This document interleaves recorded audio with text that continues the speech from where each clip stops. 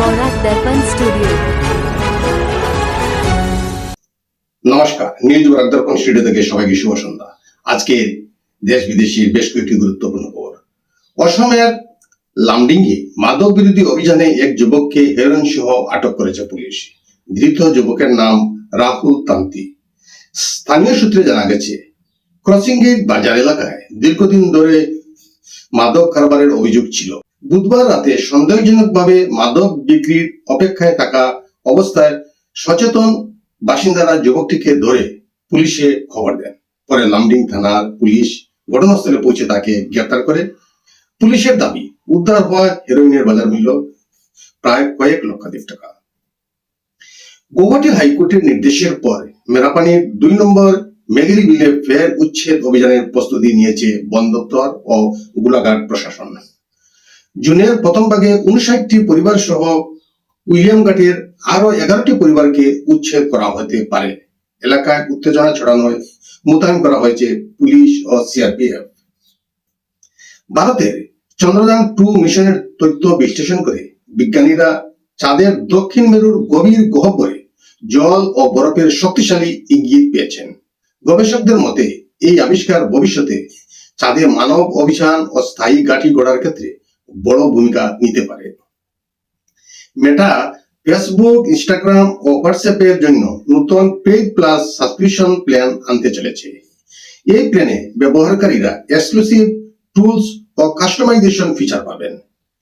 Facebook ও ইনস্টাগ্রামের জন্য মাসিক মূল্য হতে পারে $3.99, অর্থাৎ ভারতীয় মুদ্রায় প্রায় 387 টাকা, এবং হোয়াটসঅ্যাপের জন্য $2.99, অর্থাৎ ভারতীয় মুদ্রায় 290 টাকা।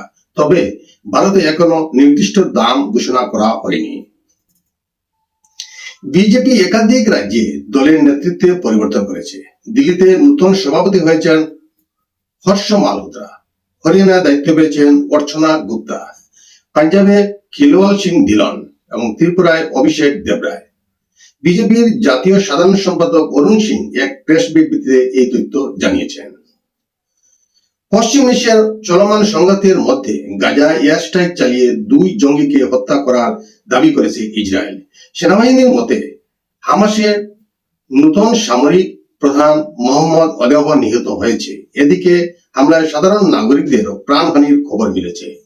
ইসরায়েলের প্রধানমন্ত্রী বেঞ্জামিন নেতানিয়াহু জানিয়েছেন, 7 অক্টোবর হামলার সঙ্গে জড়িতদের বিরুদ্ধে অভিযান অব্যাহত থাকবে।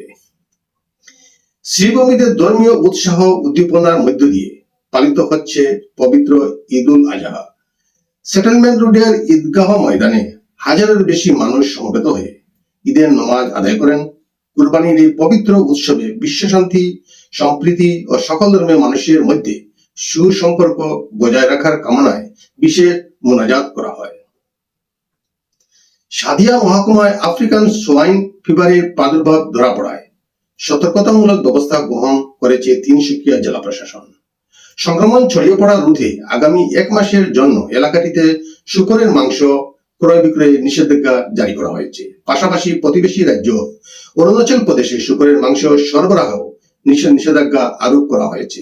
প্রশাসনের এই সিদ্ধান্তে খামার মালিক ও ব্যবসায়ীদের মধ্যে উদ্বেগ দেখা দিয়েছে। গত 48 ঘন্টায় ফের তীব্র হয়েছে ইরান ও আমেরিকার সংঘাত। বুধবার রাতে দক্ষিণ ইরানের সামরিক ঘাঁটিতে আমেরিকার গোলাবর্ষণের অভিযোগ উঠেছে। পাল্টা ইরান দাবি করেছে তারা একাধিক আমেরিকান ড্রোন ভূপাতিত করেছে। বন্দর আব্বাসের কাছে হামলা ও হরমুজ প্রণালীতে ট্যাঙ্কারে আক্রমণের ঘটনায় মধ্যপ্রাচ্যে নতুন করে উত্তেজনা ছড়িয়েছে।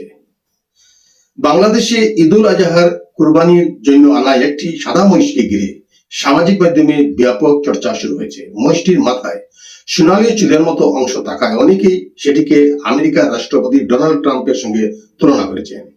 এই কারণে মহিষটির নাম দেওয়া হয় ডোনাল্ড ট্রাম্প।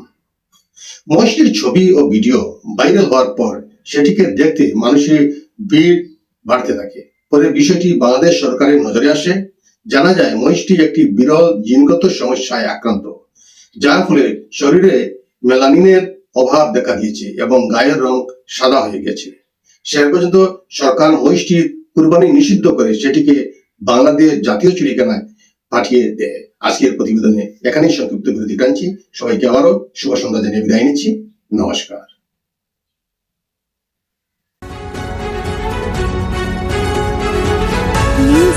दर्पण स्टूडियो।